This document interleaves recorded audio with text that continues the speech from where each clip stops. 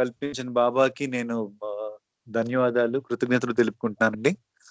అదే జై బాబా. ఇందాక మీరు చెప్పిందే నేను అనుకున్నాను. ఇందాక బోసుబాబు గారు పాడిన పాట విని చాలా చక్కగా ఉందండి పాట, మధుసూదన్ గారి పాట. అంతకు ముందు పాట కూడా వాళ్ళు ఆడవాళ్ళు పాడారు ఒకటి, అసెంబ్లీ రోడ్ సినిమా పాట అనుకుంటాను.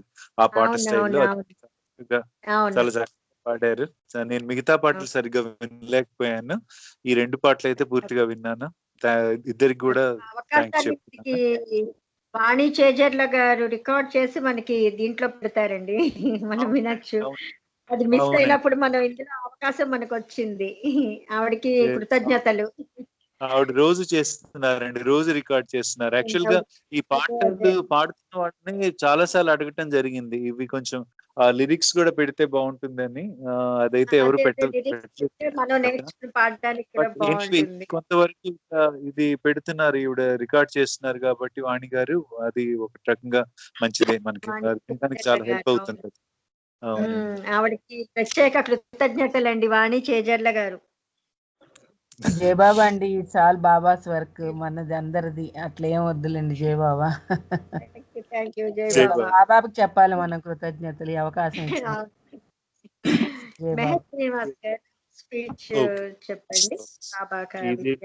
నాకు ఏం అర్హత ఉందో కూడా తెలియట్లేదండి. నేను ఇది అసలు ఇక్కడ శ్రీకాకుళం ఓల్డ్ శ్రీకాకుళం సెంటర్ ఇది ప్రోగ్రామ్ స్టార్ట్ అయిన తర్వాతే 1-2 మాటలు మాట్లాడటం అనేది నేను స్టార్ట్ చేశాను. జై బాబా, నా ఒకవేళ నేను నా స్పీచ్ లో ఏమైనా తప్పులుంటే క్షమించమని ముందే కోరుకుంటూ స్టార్ట్ చేస్తాను నేను. ఆ ప్రవాహం ఆయనే చేయిస్తాడు, మనం వెళ్ళక్కర్లే. మనం కాలు పెడితే ఆయన ప్రవాహంలో తీసుకెళ్ళిపోతారు. జై బాబా. జై బాబా అండి. సో ఇది బాబా ఈ మనకి డిఫరెంట్ స్పిరిచువల్ ఐటమ్స్ గురించి, అంటే ఆధ్యాత్మిక విషయాల గురించి చాలా సందర్భాల్లో మనకి బాబా చెప్తూ ఉండేవారు కదా. ఆ టైంలో చెప్తూ ఉండేటప్పుడు చాలా రకరకాల కథలు, ఈ ఉపమానాలు అంటాం కదా, సిమిలి అంటారు ఇంగ్లీష్ లో, అట్లాంటివి చెప్తూ ఉండేవారట ఆయన. అట్లా చెప్పడంలో ఆయన ఉద్దేశం ఏంటంటే, ఇది మనం ఈ ఎట్లాంటి ఆధ్యాత్మిక సత్యాలను మనం సులభంగా అర్థం చేసుకోగలుగుతాం. ఏదన్నా అది మామూలుగా కొంచెం చెప్తే డ్రైగా ఉండొచ్చు, అసలు స్పిరిచువాలిటీ అంటేనే డ్రైగా ఉండే సబ్జెక్ట్, అది ఆధ్యాత్మికం అంటేనే అది డ్రైగా ఉండే సబ్జెక్ట్. దాన్ని కథల రూపంలో బాబా చెప్పే ప్రయత్నం ఎందుకయ్యా అంటే, ఇది మనం ఈజీగా అర్థం చేసుకోవటం కోసం. సో ఇప్పుడు టీచర్స్ కూడా పిల్లలకి అర్థం అవ్వాలంటే ఈజీగా కథల రూపంలో చెప్తూ ఉంటారు కదా, అది మనకి మనసుకి తొందరగా హత్తుకుంటుంది. బహుశా బాబా కూడా ఇట్లా అందుకనే ఆయన చెప్పేటప్పుడు రకరకాల కథలు, ఈ ఉపమానాలు ఇవన్నీ కూడా చెప్తూ ఉండేవారు అనమాట. సో ఇది బాబానే కాకుండా బాబా ఈ క్లోజ్ డిసేబుల్స్ కూడా ఇట్లాంటివన్నీ కూడా చెప్తూ ఉండేవారు, మంచి మంచి కథల్ని. అయితే అసలు ఇక్కడ ఒక ప్రశ్న ఏంటంటే, అసలు కథలు అవసరమా అంటే ఎస్, అవసరమే. అంటే బాబా చెప్పిన దాని ప్రకారం మనం ఏదో లోతుగా మన ఇంటెలెక్ట్ ఉపయోగించి, మన మైండ్ ఉపయోగించి లోతుగా తెలుసుకుందాము, అది చేద్దాం ఇది చేద్దాం అని చెప్పి అనుకునే దానికన్నా ఇది కనీసం ఇది కొంతవరకు డెఫినెట్లీ బెటరేనేమో, ఇది కథలు అవి వింటాం అవి. సో అంటే ఈ అవతారుడికి కానీ లేకపోతే సద్గురువులకు కానీ వాళ్ళకి సంబంధించిన విషయాలు వినటం కానీ లేకపోతే వాళ్ళ మాటలు కానీ అవి చదవటం వల్ల మనకి అది ఒక రకమైన ధ్యానం అని చెప్పి అన్నట్లుగా ఒక చోట చదివాను ఈ దీంట్లో. సో అంటే ఏది బాబా సాహిత్యం చదవటం కూడా అది ఒక ధ్యానమేట. అది ఎట్లాంటి ధ్యానం, అది బాబా దగ్గరికి డైరెక్ట్ గా తీసుకెళ్ళకపోయినా కూడా బాబా ఇంటి గుమ్మం వరకు మనం తీసుకెళ్తుందిట.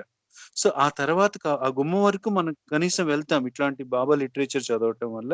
ఆ తర్వాత మటుకు అది దాటి గుమ్మం దాటి ఆయన ఇంట్లోకి మనం ప్రవేశించాలి అంటే దానికి కావాల్సింది 3 బాబా ఎప్పుడు చెప్తున్నట్లుగా ప్రేమ, విధేయత, సర్వార్పణ.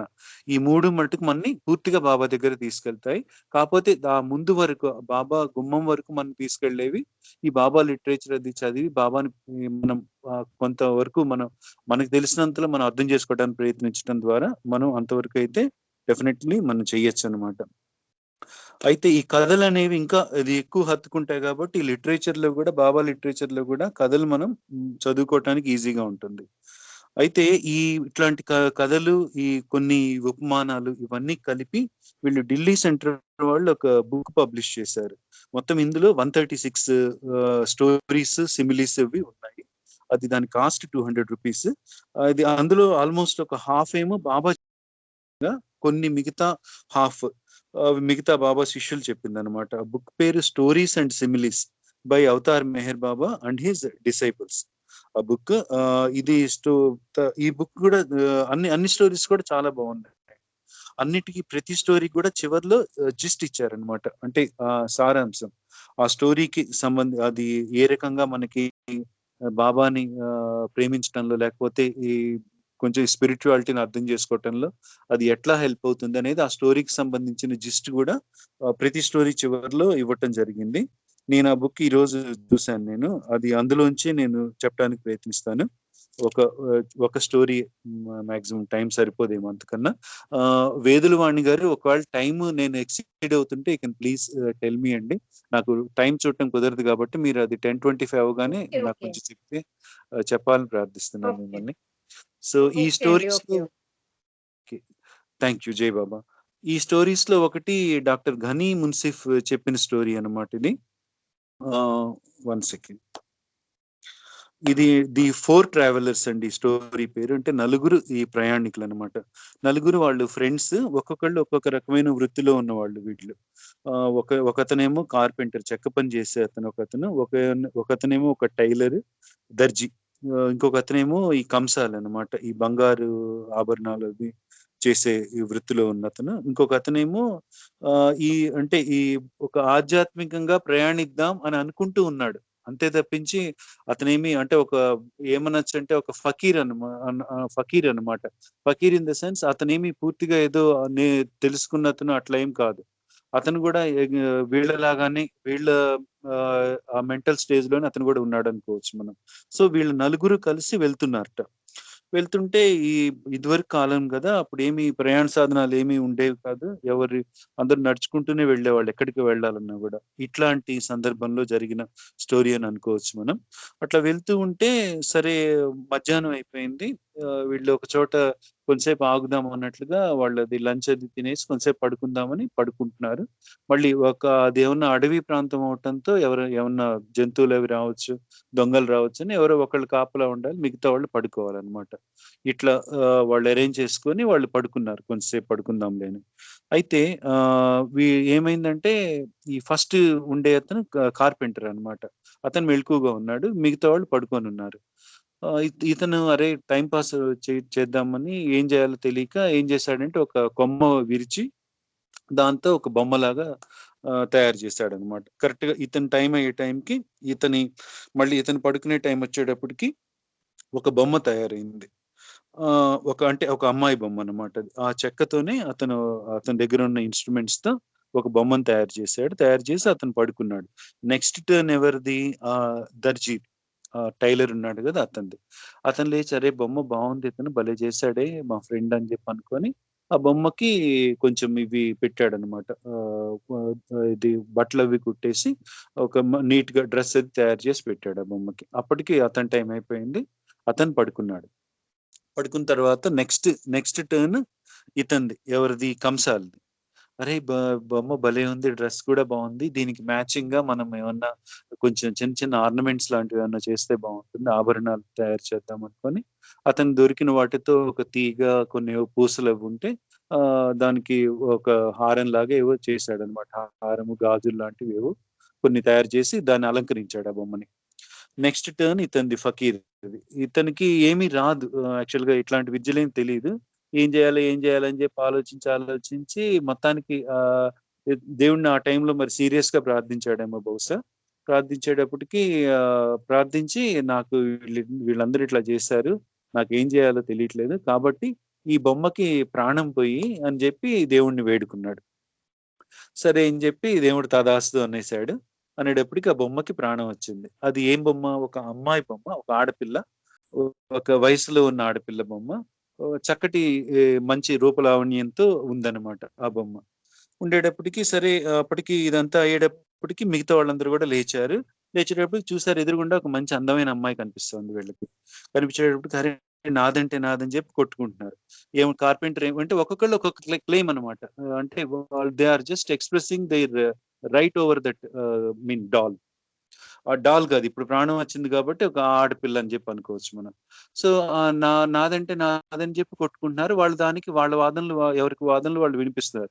కార్పెంటర్ ఏమంటాడు, అసలు నాకు ఈ ఐడియా వచ్చి నేను ఆ బొమ్మను తయారు చేయకపోతే మీరు ఇది అసలు ఇట్లా ఉండేదే కాదు కదా అని చెప్పి అతను అంటాడు. ఇతనేమో నేను అంత మంచి మంచి డ్రెస్ కుట్టి నేను అలంకరించాను కదా, ఇది నాదే అవుతుందని చెప్పి ఇతను అంటాడు. సో అతనేమో మూడో అతను, అతని వాదన అతను చెప్తాడు. ఇట్లా నేను మంచి అలంకరించాను, ఈ నగలవి పెట్టి అని అతను. అసలు ఇవన్నీ ఓకే, నేను ప్రాణం పోయకపోతే ఇది ఉండేదే కాదు కదా అని ఇతను. వీళ్ళందరూ కూడా నలుగురు కొట్టుకుంటున్నారనమాట. సో ఇట్లా ఇది ఇప్పట్లో తేలేది కాదులే అని చెప్పని ఏమనుకున్నారు, సరే మనం న్యాయాధికారి దగ్గరికి వెళ్ళి అడుగుదాము ఎవరిదవుతుందో అని చెప్పి న్యాయాధికారి దగ్గరికి వెళ్ళారు వీళ్ళందరూ నలుగురు. తర్వాత ఆ అమ్మాయిని తీసుకొని వెళ్ళేటప్పటికి, ఆ అమ్మాయిని చూసేటప్పటికి వాడికి కొంచెం ఇదయిందనమాట. వాడు అరే అసలు ఇది కాదు, మా ఇంట్లో పని మనిషి ఏమో పొద్దున్నుంచి వెతుకుతున్నాను నేను, కనిపించట్లేదు, ఇక్కడికి వచ్చిందా, మీ దగ్గరికి వచ్చిందా, మీరు వెళ్ళిపోండి, ఏమన్నా అనవసరంగా మీరు ఏమైనా గొడవ చేశారంటే మీ మీద నేను అది కేసు బనాయించి మిమ్మల్ని జైల్లో వేస్తాను అని చెప్పి అన్నాడు. అదేంటి అది ఎట్లా అవుతుంది, మేము ఇట్లా వెళ్తుంటే అక్కడ పడుకొని మేము తయారు చేస్తామని చెప్పి వాళ్ళు అన్నారు. వాళ్ళు ఇంకా వీళ్ళు వదలట్లేదు. అతని న్యాయాధికారి చెప్పినా కూడా వీళ్ళు భయపడేమి వెళ్ళిపోవట్లేదు అనమాట. భయపడకుండా అట్లానే ఉన్నారు. ఉండేటప్పటికి కాదు, ఇక్కడ తేలే సమస్య కాదు ఇది, మనం రాజుగారి దగ్గరికి వెళ్దామని చెప్పి రాజుగారి దగ్గరికి వెళ్ళారు. ఎవరు, ఈ నలుగురు ఫ్రెండ్స్, ఆ అమ్మాయి, తర్వాత న్యాయాధికారి, వీళ్ళందరూ వెళ్ళేటప్పటికి రాజు చూసి, అరే ఈమె మా అంతఃపురంలో మా పట్టపురాణి ఈమె, అదే మా ఇక్కడ కనిపించట్లేదు, మీ దగ్గర ఉందా, ఫస్ట్ అసలు మీరు ముందు ఇక్కడి నుంచి వెళ్ళిపోండి, ఈ అమ్మాయిని వదిలేసి, ఏంటి తమాషా చేస్తున్నారా మీరు, మా పట్టపురాన్ని తీసుకొచ్చి నాదంటారేంటి, మీ మీద ఇట్లా అఘాయిత్యం కేసు పెట్టి మిమ్మల్ని అందరినీ మరణదండ విధిస్తానని చెప్పి ఆయన అన్నాడు రాజు. చూసారా, ఇది ఒక్కొక్కళ్ళు ఏంటంటే ఇట్లా వాళ్ళ క్లెయిమ్ వాళ్ళు చేసుకుంటున్నారు అనమాట. ఏదో ఒకటి చెప్పి అతనేమన్నా అధికారం ఉందని చెప్పి రాజు, న్యాయాధికారి, వీళ్ళందరూ కూడా మేము ఇట్లా చేసాం అట్లా చేసామని వీళ్ళు. ఇట్లా ఈ గొడవ ఇది ఇట్లా అవుతుంది అనమాట. అవుతుంటే సరే, అదే టైంకి ఒక సేజ్, ఒక ఒక ఏంటంటే ఒక ఋషి పుంగవుడు అనుకోవచ్చు మనం, ఆయన వచ్చాడు ఆ రాజు ఆస్థానంలో. ఈ గొడవ అంతా చూసి, ఇట్లా కాదు అసలు ఈ బొమ్మ ఇది ఎక్కడ తయారైంది, మనం ఆ ప్లేస్ కు వెళ్దాం, ఆ ప్లేస్ కు వెళ్ళి చూద్దామని చెప్పని అక్కడి దాకా వెళ్ళి అక్కడ అంటే అతనికి అంతా తెలుసు కదా ముందే. సో ఏం చేయాలి, ఎట్లా చేయాలి అనేది అతను ముందే మనసులో నిర్ణయించుకొని వీళ్ళందరినీ తీసుకొని వెళ్ళాడు అక్కడికి. వెళ్ళేటప్పటికి ఆ చెట్టు దగ్గరికి వెళ్ళేటప్పటికి, ఆ చెట్టుకి ఒక తొర్ర లాంటిది ఒకటి ఏదో ఓపెనింగ్ అక్కడ ఆయన క్రియేట్ చేశాడనమాట. చేసేటప్పటికి టక్మని అక్కడ దాకా వెళ్ళేటప్పటికి ఈ బొమ్మ అందులోకి వెళ్ళిపోయి మాయమైపోయింది. ఇది ఈ బొమ్మ అంటే అమ్మాయి. సో ఆ లోపలికి వెళ్ళిపోయి మాయమైపోయింది, ఇంకా రాలేదు. సో వీళ్ళందరూ ఇంకా ఏం చేస్తారు, అంతా అయిపోయింది కదా, ఇంకా నాది అనుకున్నదంతా కూడా మొత్తం మాయమైపోయింది. మాయమయ్యేటప్పటికి ఇంకా మొహాలు వేలాడి తీసుకొని అందరూ ఇంకా బాధతో వచ్చేసారనమాట. సో ఇది ఇంతే స్టోరీ, ఇంతవరకే. అయితే ఇది ఏంటంటే దీనికి చెప్పిన ఆయన గనీ మున్సిఫ్, డాక్టర్ గనీ మున్సిఫ్ చెప్పిన సారాంశం ఏంటంటే,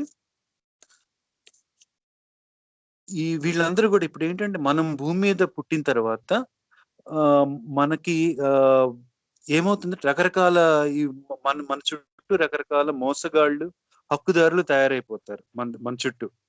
వాళ్ళ గుర్తింపు కోసం మన చుట్టూ ఉంటారన్నమాట వాళ్ళు. అంటే ఇది కొంత డైజెస్ట్ అవదేమో కానీ, బట్ దిస్ ఇస్ ట్రూ. ఇది 100% ఇది మనకి అది మనం అంటే దాన్ని ఒప్పుకోలేమేమో కానీ ఇది ట్రూ అన్నమాట. ఎవరంటే మన తల్లిదండ్రుల దగ్గర నుంచి మన పిల్లలు గాని, మన టీచర్స్ గాని, ప్రతి వాళ్ళు కూడా మన మీద క్లెయిమ్ చేస్తుంటారట. మిమ్మల్ని పెంచాం, పెద్ద చేసాం అని, మీ నుంచి మేము ప్రేమ కోరుకుంటాము అని తల్లిదండ్రులు అంటారట. మన టీచర్లు ఏమంటారు, మీకు చదువు చెప్పించాము, మిమ్మల్ని జ్ఞానవంతుల్ని చేశాము అని వాళ్ళు మన దగ్గర నుంచి రెస్పెక్ట్ గాని, వేరే ఏ రకమైనా సరే వాళ్ళు ఒక అటాచ్మెంట్ అనేది వాళ్ళు కోరుకుంటారు. ఇంకా భార్య పిల్లలు వాళ్ళు ప్రేమ కావాలంటారు. సమాజం గాని, దేశం గాని మన సేవల్ని కోరుకుంటుంది.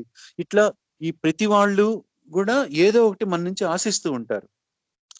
ఇది ఇవన్నీ కూడా ఇతను చేసేటప్పుడు ఇతను ఏంటంటే ఇతని యాక్చువల్ గా ప్రతి మనిషిది కూడా వాళ్ళ ఒరిజినల్ ఇదేంటంటే దేవుడితో ఐక్యం అవటం, భగవద్ ఐక్యం అనేది ప్రతి వాళ్ళ లక్ష్యంగా ఉండాలి. సో ఆ లక్ష్యానికి ఇవన్నీ అవరోధాలట. ఇవన్నీ ఇతను దీంట్లో మునిగిపోయి మళ్ళీ లెక్కలేనన్ని జన్మలు ఎత్తాల్సి వస్తుంటుంది ఏ మనిషి అయినా సరే. మళ్ళీ ఆ జన్మల్లో మళ్ళీ కొత్త కొత్త బంధాలు, కొత్త కొత్త సంస్కారాలు ఇవన్నీ అపరిమితంగా చుట్టుకుపోతూ ఉంటాయి మనల్ని. సో దానివల్ల ఏంటంటే ఈ భగవదైక్యం అనేది ఇంక ఎప్పటికప్పుడు దూరం అయిపోతూ ఉంటుంది మన నుంచి. ఇంకా ఇంకా దూరం అవుతూ ఉంటుందన్నమాట. సో ఇది ఎంతవరకు ఇట్లా జరుగుతూ ఉంటుందంటే ఈ మధ్యలో ఎప్పుడైనా ఏదో ఒక జన్మలో, ఏదో ఒక టైంలో ఒక సద్గురువో, ఒక అవతార పురుషుడినో మనం కలవగలిగినప్పుడు, లేదంటే వాళ్ళ గురించి మనం తెలుసుకోగలిగినప్పుడు, అది నిజమైన లక్ష్యం ఏంటనేది మన కంటి ముందు అప్పుడు కనిపిస్తుంది. ఎట్లా అయితే ఇందాక ఆ అమ్మాయిని తీసుకెళ్ళి ఆ చెట్టు దగ్గర తీసుకెళ్ళగానే అందులోకి వెళ్ళిపోగానే మాయమైపోయాయో, వీళ్ళందరూ కూడా పక్కకి వెళ్ళిపోయారింకా. అప్పటిదాకా నాదంటే నాదని చెప్పి అనుకున్న వాళ్ళందరూ కూడా వాళ్ళు పక్కకి వెళ్ళిపోయారు. అదే రకంగా ఇది ఏమవుతుందంటే ఇట్లా మనకి ఈ ఒక అవతార పురుషుడితో మనకి సాంగత్యం అనేది ఏర్పడినప్పుడు ఇట్లాంటి బంధాలన్నీ కూడా దూరంగా వెళ్ళిపోతాయి. అప్పుడే మనకి గాడ్ రియలైజేషన్ అనేది మనకి జరుగుతుందనమాట. సో అది ఈ సారాంశం. యాక్చువల్‌గా ఇది స్టోరీ కాదు, ఒక సిమిలీ అనమాట. ఒక ఉపమానంలాగా చెప్పింది ఇది. ఓకే. తర్వాత ఇట్లాంటిది ఇంకొక స్టోరీ గూడా ఉంది దీంట్లో చిన్నది. ఒక సాధువు వాళ్ళ శిష్యులతో కలిసి వెళ్తున్నాడనమాట. ఈ దీనికోసమని. వెళ్తుంటే ఇది ఓకే. ఇది టైం లేదేమో, టైం అయిపోతుందేమో. So, okay. Fine. Anyway 1 minute ఉన్నట్లుంది గదా! ఇట్లా వెళ్తుంటే ఒకతను వీళ్ళు ఆహ్, భిక్షాటన చేసి వాళ్ళు తినాలనమాట. వెళ్తుంటే ఒక ఒక ఒకతను బాగా తిట్టాడు వాళ్ళని. "ఏంటిది బుద్ధి లేదా మీకు? పని చేసుకొని తినండి" అది ఇది అని చెప్పి ఏదో అన్నాడనమాట. అనేటి నా డబ్బులు నేను కష్టపడి సంపాదించుకుని నాకు అంతుంది, ఇంతుంది అని చెప్పి ఏదో చెప్తున్నాడు. చెప్తుంటే మీకివ్వనంటే నీ సంపద ఇంక డబుల్ అవుతుందని చెప్పి ఆశీర్వదించి ఆయన వెళ్ళిపోయాడు. ఇంకొకతని దగ్గరికెళ్ళి అతను ఇంకా వరస్ట్‌గా తిట్టి, ఇంకా చాలా అవహేళన చేసి వాళ్ళని అవమానించి అతను పంపించాడు. అతను కూడా ఏం పెట్టకుండా. నీ సంపద 4 రెట్లు అవుతుందని చెప్పి అతనికి చెప్పాడన్నమాట ఈయన. తర్వాత ఇంకొక ఆయన దగ్గరికి వెళ్తే వేరే ఈ అతను కొంచెం పేదవాడే. పేదవాడే వీళ్ళని పిలిచి పాపం ఆహ్వానించి వీళ్ళని సాదరంగా వాళ్ళకి కావాల్సినవన్నీ పెట్టి కడుపు నింపాడు. నింపితే అతనికి ఒక చిన్న కుర్రాడున్నాడు. అతను అతని బాబు అన్నమాట. వీళ్ళిద్దరే ఆ ఇంట్లో ఉన్నది. ఆ చిన్న ఇల్లు. వేరే అతనేంటంటే ఆధ్యాత్మికంగా అతను ఏదో చేద్దాం అన్నట్లుగా ఆ తపనతో ఉన్నాడన్నమాట. అతన్నేమన్నాడు, "నీ కొడుకు చనిపోవుగాక" అని చెప్పి అనేసి బయటకొచ్చాడు. ఆ శిష్యులకి ఆశ్చర్యం వేసింది. ఏంటి అట్లా ఏం పెట్టని వాళ్ళని ఇట్లా అవహేళన చేసిన వాళ్ళనేమో అట్లా అన్నావు. వీళ్ళని ఇట్లా అన్నావేంటంటే, వాళ్ళకి ఆ సంపద మీద మమకారం ఉంది వాళ్ళకి. వాళ్ళింకా చాలా జన్మలెత్తాలి. సో, ఆ సంస్కారాలు నాశనం అవ్వాలంటే, ఈ సంపద అతనికి డబులయితే, అతనింకా కొన్ని జన్మలు ఇంకా ఎక్కువ జన్మలెత్తుతాడు. అతనికి ఎప్పుడోకప్పుడు ఈ టైంలో గాడ్ రియలైజేషన్ అనేది అవుతుంది. అట్లాగే రెండో అతను గూడా అంతే. అతనికి ఇంకా ఎక్కువ మక్కువ అతని సంపద మీద. సో, అతని ఆస్తిపాస్తులు చుట్టూ ఉన్న మనుషుల పట్ల, దీని పట్ల. సో, అతను గూడా ఇదే పరిస్థితి. బట్ ఈ మూడో అతనికి అతను అన్ని రకాలుగా గూడా he is a fit person for God realisation. అయితే ఒకే ఒక చిన్న బంధం ఏంటంటే ఆ కొడుకు. అది అంటే అతని దారిలో ఒక ముల్లులాగా ఉన్నాడు ఆ కొడుకు. సో, ఆ ముల్లుని గనక నేను తీసేస్తే అతని గాడ్ రియలైజేషన్ అనేది జరుగుతుంది. ఇతను ఇట్లా అన్నాడు. అన్న వెరీ నెక్స్ట్ డే అతని కొడుకు చనిపోవటం జరుగుతుందనమాట. సో, అతనికి ఇమ్మీడియేట్‌గా అంటే ఆహ్, గాడ్ రియలైజేషన్ కోసం అతను ఇంకా ఎక్కువగా చేసుకోగలుగుతాడు. తొందరగా దొరుకుతుందన్న దీంతో నేను చెప్పాను అని చెప్తాడు. సో, అది టైం అయిపోయింది. నేను ఆపేస్తానింకా. జై బాబా అండి. నాకు ఈ అవకాశం ఇచ్చినందుకు మీ అందరికీ కృతజ్ఞతలు. బాబాకి ఇంకా ఎక్కువ కృతజ్ఞతలు. జై బాబా. జై బాబా అండి. జై. శ్రీనివాస్ గారు చాలా మంచి విషయాలు, మంచి కథలు చెప్పారు మాకు. చాలా బాగుంది. థ్యాంక్ యూ అండి. షేర్ చేశారు మా అందరికి. థ్యాంక్ జై యూ. బాబా అండి. జై బాబా అండి. జై బాబా అండి. డి సృజన ఉన్నారా అండి? డి సృజన. డి సృజన. జై బాబా అండి. హారతి పాడండి. अवतार मेहर बाबा की जय। अवतार मेहर बाबा की जय। अवतार मेहर बाबा की जय। देवादिदेवा प्रेम स्वभावा प्रभु मेरु बाबा प्रियतमा మనసు హారతిదే ప్రియతమా మనసు హారతిదే దేవాది దేవా ప్రేమ స్వభావ ప్రభో మేరు బాబా ప్రియతమా మనసు హారతిదే ప్రియతమా మనసు హారతిదే ప్రేమ జ్యోతిమా హృది వెలిగించు కామ క్రోధముల మది తొలగించు ప్రేమ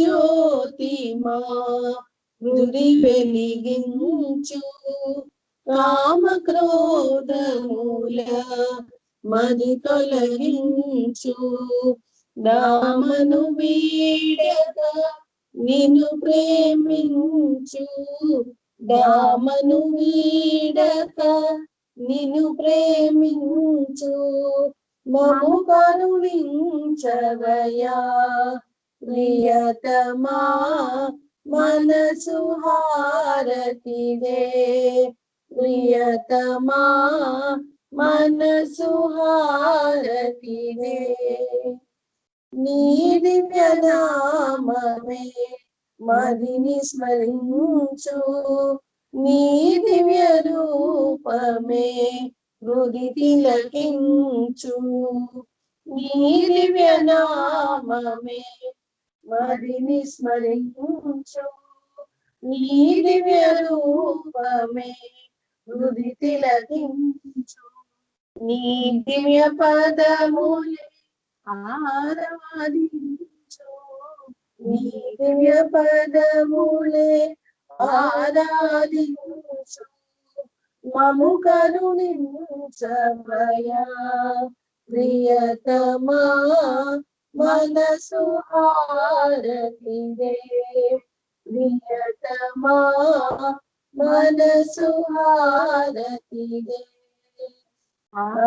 అహంకారము హారతి కాగా అహంకారము హారతి కాగా ఇహమే పరమై ప్రకాశించగా ఇహమే పరమై ప్రకాశించగా పాహి శరణు సాయుజ్యము పొందగా పాహి శరణు సాయుజ్యము పొందగా మము కరుణించవయా ప్రియతమా మనసు హారతిదే ప్రియతమా మనసు హారతిదే దేవాది దేవా ప్రేమ స్వభావ ప్రభో మేరు బాబా ప్రియతమా మనసు హారతిదే ప్రియతమా మనసు హారతిదే ప్రియతమా మనసు హారతిదే अवतार मेहर बाबा की जय अवतार मेहर बाबा की जय अवतार मेहर बाबा की जय अवतार मेहर बाबा की जय अवतार मेहर बाबा की जय अवतार मेहर बाबा की जय अवतार मेहर बाबा की जय జై బాబా. థ్యాంక్ యూ అండి. జై బాబా, జై బాబా, జై బాబా అండి.